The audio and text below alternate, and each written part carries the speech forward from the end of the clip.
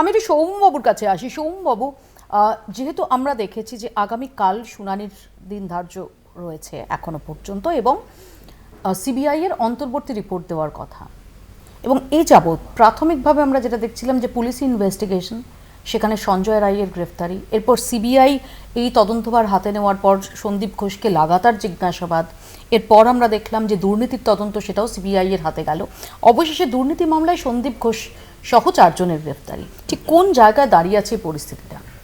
পরিস্থিতি দাঁড়িয়ে রয়েছে পুরোটাই সিবিআই এর হাতে, এটা পরিষ্কারভাবে বোঝা যাচ্ছে। কারণ সঠিক তদন্ত হলেই তবে সঠিক বিচার পেতে পারা যাবে।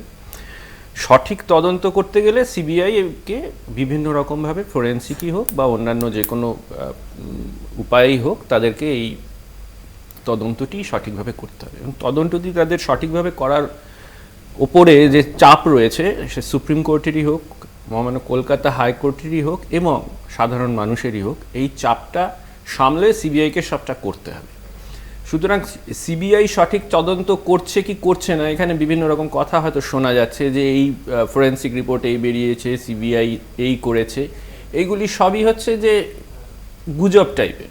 যতক্ষণ পর্যন্ত না সিবিআই পরিষ্কারভাবে তাদের রিপোর্ট হাইকোর্টে জমা দিচ্ছে বা সুপ্রিম কোর্টে জমা দিচ্ছে, ততক্ষণ পর্যন্ত কিন্তু এই বিষয়টা নিয়ে আমরা সেরকমভাবে কিছুই জানি না। আমরা কিছু কিছু যাকে বলে গুজব শুনছি, বা কেউ কেউ হয়তো কিছু রিপোর্ট বের করছেন।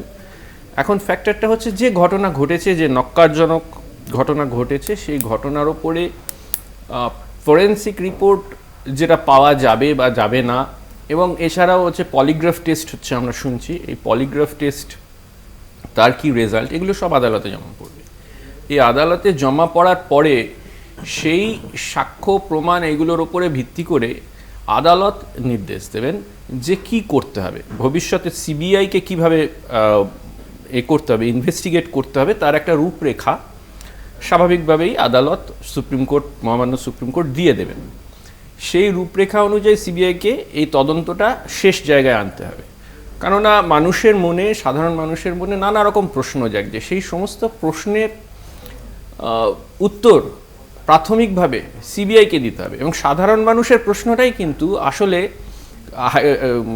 বিচারের আয়নায় বা সুপ্রিম কোর্টের আয়নায় গিয়ে দাঁড়াবে সাধারণ মানুষের। একেবারেই।